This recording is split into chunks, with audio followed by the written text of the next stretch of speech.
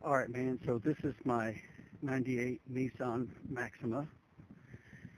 Uh, there's always a lot of controversy over which version it is, whether it is the SE, the what is it, the GXE or the GXL, whatever it is.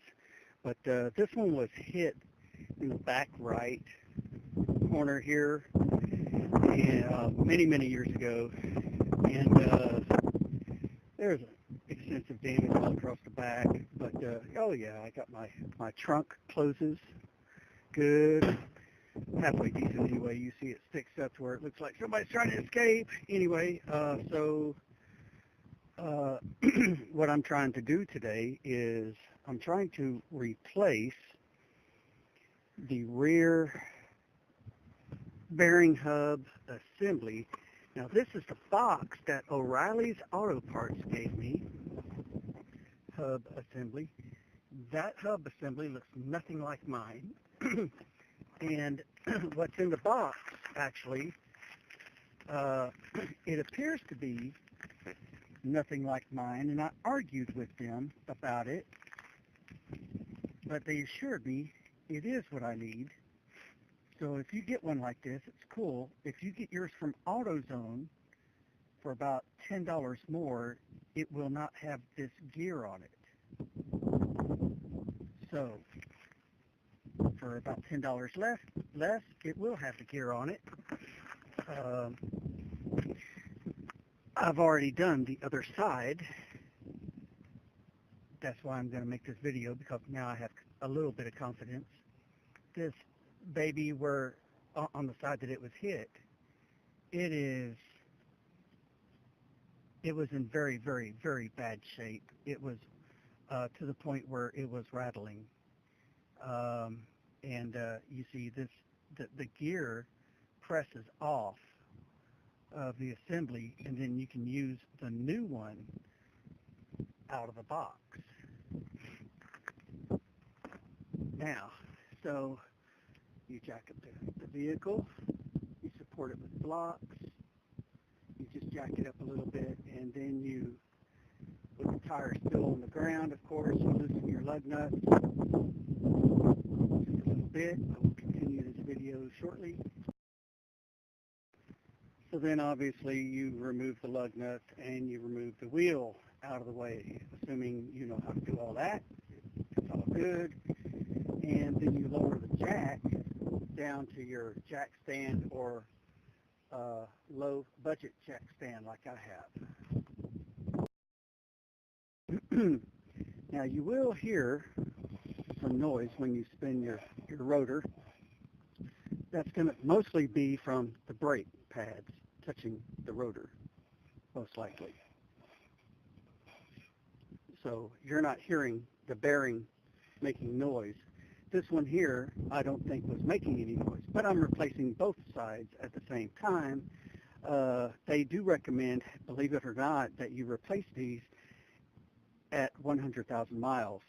Well, my vehicle has 250,000 miles on it, and these bearings have never been replaced. So I'm replacing them today. Obviously, yes, I need new struts. But being that I am on the low budget side, we will deal with the hub assemblies first, because that's more important to get me down the road. Next, I want to point out that before you just go yanking off the brakes, or trying to anyway, trying to take everything apart real fast, since I already did the other side, I know a few things. I've learned a few things. Just keep in mind that this Maxima is much different than many other vehicles, it seems. We've got different things going on here. This bolt holds on the emergency brake cable, and we need to take this bolt off.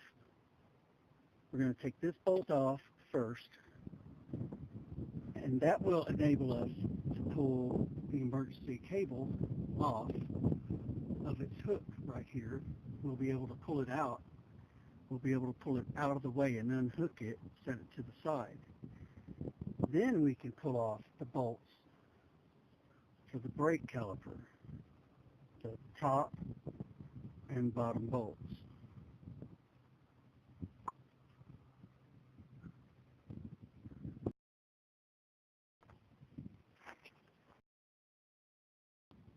All right, so the next step is talking about taking off the brake calipers.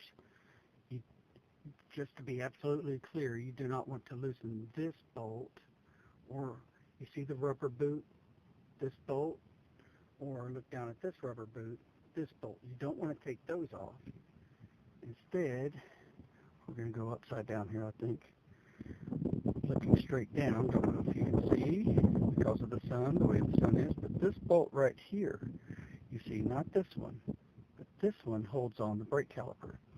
This one, and there's another one down below it, down here. These two hold on the brake caliper. So you locate those, take them off. You will need to take off this spring. You will need to take off this cable, this emergency cable, emergency brake cable. That way you can remove your caliper assembly completely off the rotor. You'll see. Okay, believe it or not, now that I have this loose, the brake calipers are loose, I know that they're not going anywhere because they are being held on by the emergency brake cable. Okay, now we want to watch out for the brake line. That's absolutely sure. It's very soft, and we don't want to put any pressure on that. Everybody knows that. But I've gotten this loose, the bracket for the emergency cable. The emergency cable itself will not come off yet, as you can kind of tell. So what we need to concentrate on next is removing this cap, which I will use a hammer and a chisel to do, as I saw in one video, and then take off the nut that's inside. First the cap, then a cotter pin, then the nut, and then the rotor.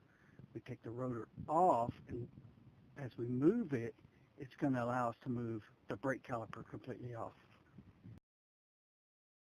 So after banging on it with my chisel in this area with the beveled side outward, I was able to chisel around here and knock off the cap. So we now see the cotter pin. Yes, there's a cotter pin. And the nut that we will next need to go to. After straightening the cotter pin with my pliers, I will next put my small screwdriver into the eye of the cotter pin and try to tap it out with my hammer. Like I did the other side, it seemed to work pretty good. But sometimes, you know, you gotta work this cotter pin, this other side. You gotta keep straightening it out because it's gonna be all bent.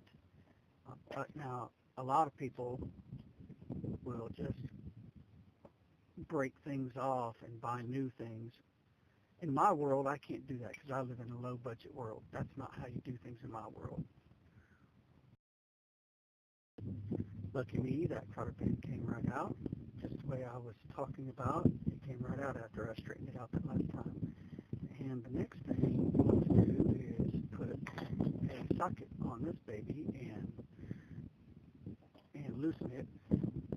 It is left-handed thread, tighty-righty, lefty-loosey, so you turn it left and it'll come off. This one happens to be a 30 millimeter, so that's what I'll do next.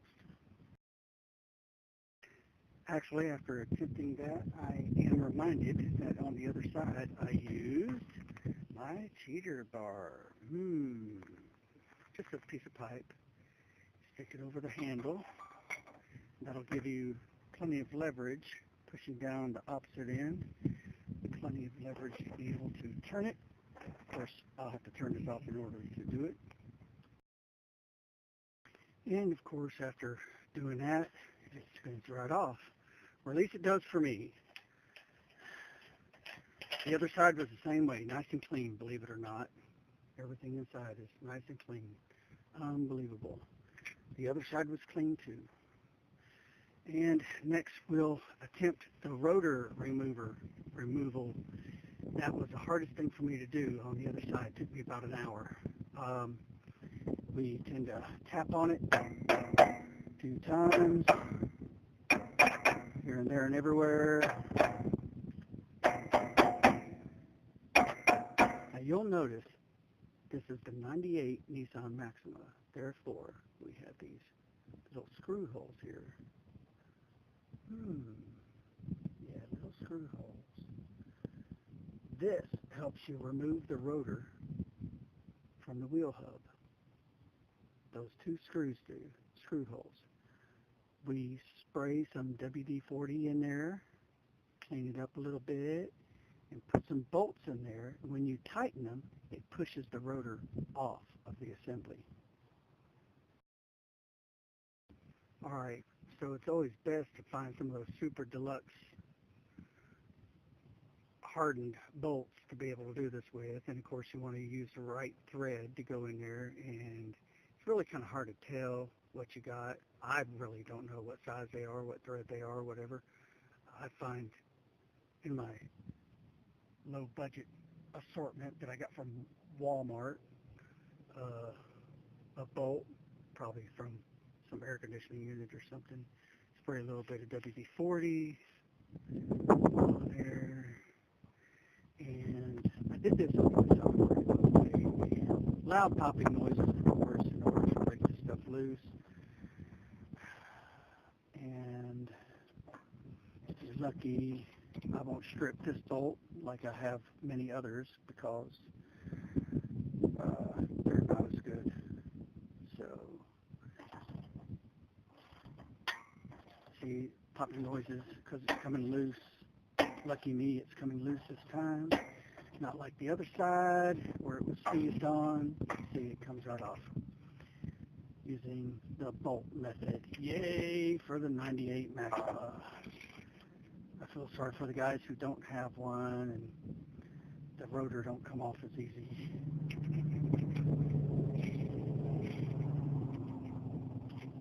Okay, there we go. Put that back in my assortment of bolts. Use it for later.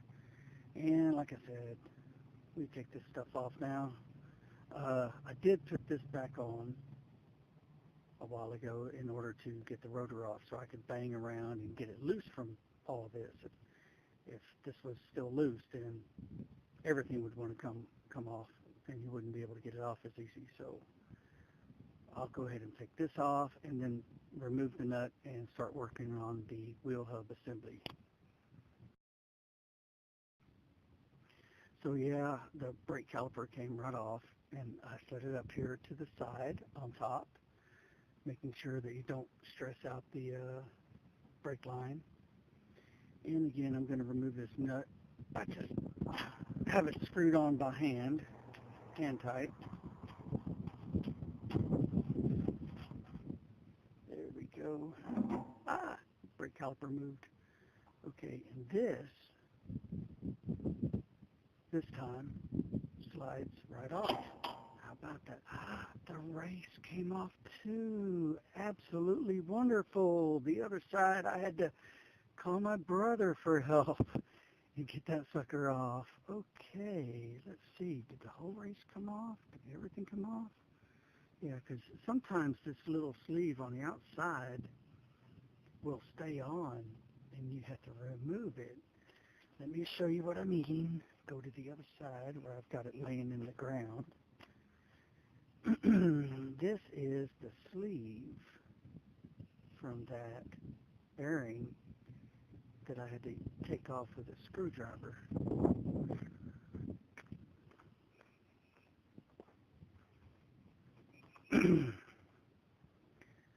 See, it goes right there, but of course flipped over. See, and sometimes this and the race will stick onto the, what is this, a spindle? It'll stick on there, and man, we had to, what did we use? Oh, he brought his pipe wrench. Yeah, we used the pipe wrench. There's his pipe wrench right there. we use a pipe wrench to get the darn race off. I've seen videos where people have used many methods, but for this one, the big pipe wrench won. It won the day. I cannot believe it's so easy to do this time. Man, that is nice. I'm going to clean this up with some WD-40 and a rag. Then I'm going to put the new one on. I can dig this.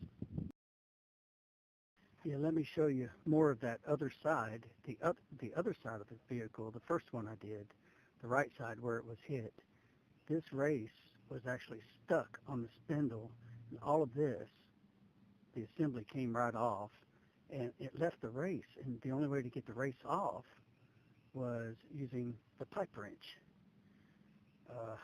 With a lot of pain and effort, it finally gripped onto this race because it's hardened steel and slides right off of there. Anyways, going back to what we're doing, here's the new one. And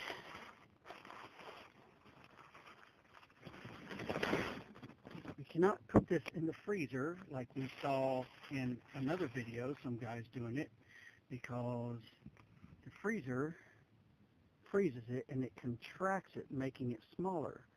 We don't need it to be smaller putting it on there. It's well lubricated inside. But right now we do need to get this gear off. Now I do it with the claw is what I call it. It's a pulley puller. Let me find it. Alright, man, so we got to get this gear off, and the way we do it is with the pulley puller, like this. And I use, believe it or not, a file. I just lay the file across it, like that. It's the gear is going to come right off, dude. Okay? That's not a problem. It's going to come right off. So you're not really going to be putting much pressure on your file. This is there from that little scar is there from another project I was working on. But I'm going to put this pulley puller on there and tighten it up, and you'll see. All right, so I got the pulley puller on there, you see. You hook it underneath the gear. What we're going to do is we're going to turn this screw, which will put downward pressure on this. It will pull the gear right off. I probably can't hold my cell phone and turn all this all at the same time, but I will certainly try. Actually, turning the screw is not that hard, and the gear should come right up like it did the last time I did it, just a few minutes ago, or an hour or so ago, I should say.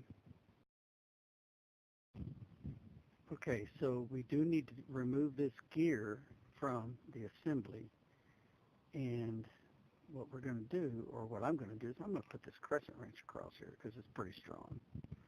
And I'm going to put this pulley puller, or gear puller, on top.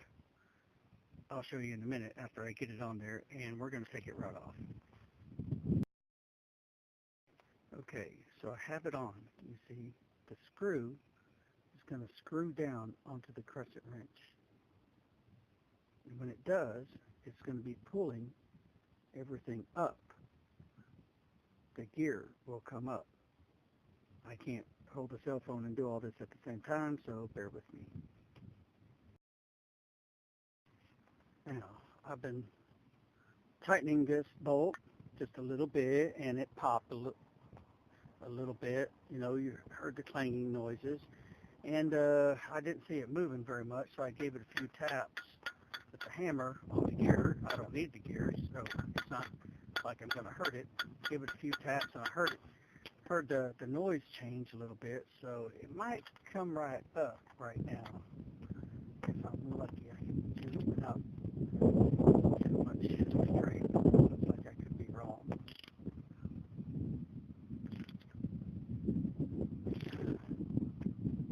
Yeah, it popped again. Popped again. Should be coming right off now. Yeah.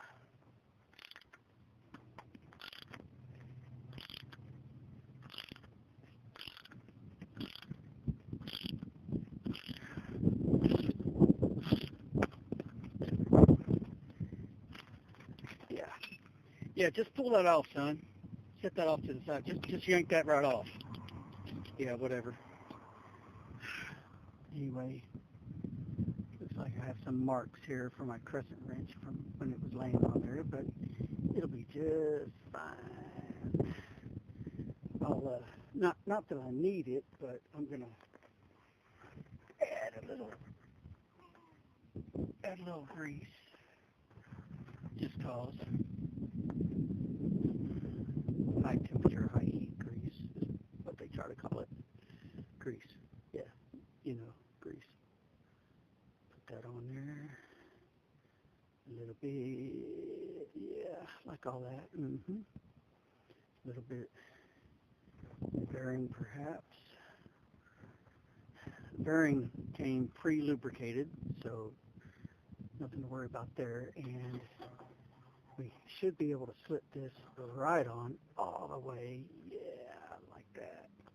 I love that. And the nut goes back on. Then the cotter pin. Then the cap.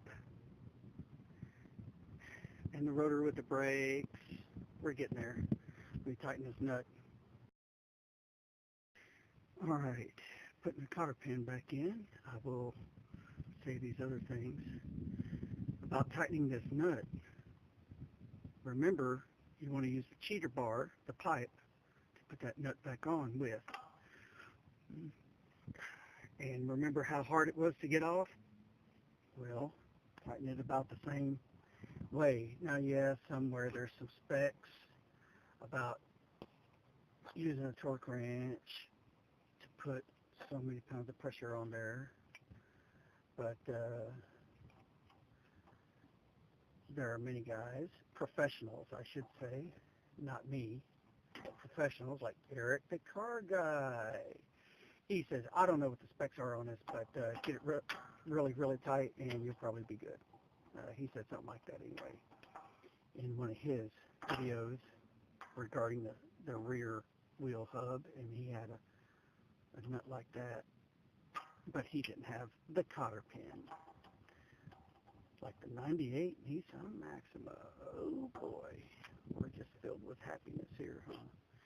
Now, we find the cap. Oh, there it is. Yeah. Okay, all of that dust went into my mouth. Okay, we put the cap on. I like tapping it back on the same way I took it off. I want to put the chisel in right here in this little, instead of in the groove to take it off, I want to put it on top to push it on. In the groove to take it off, on the top to put it on. So hold on one second. All right, man, so I got the cap back on, and next will be the rotor. Looks like I ended up with brake fluid all over it, so I'm going away or something. I don't know what got on there. It's always best to try to keep all that stuff clean.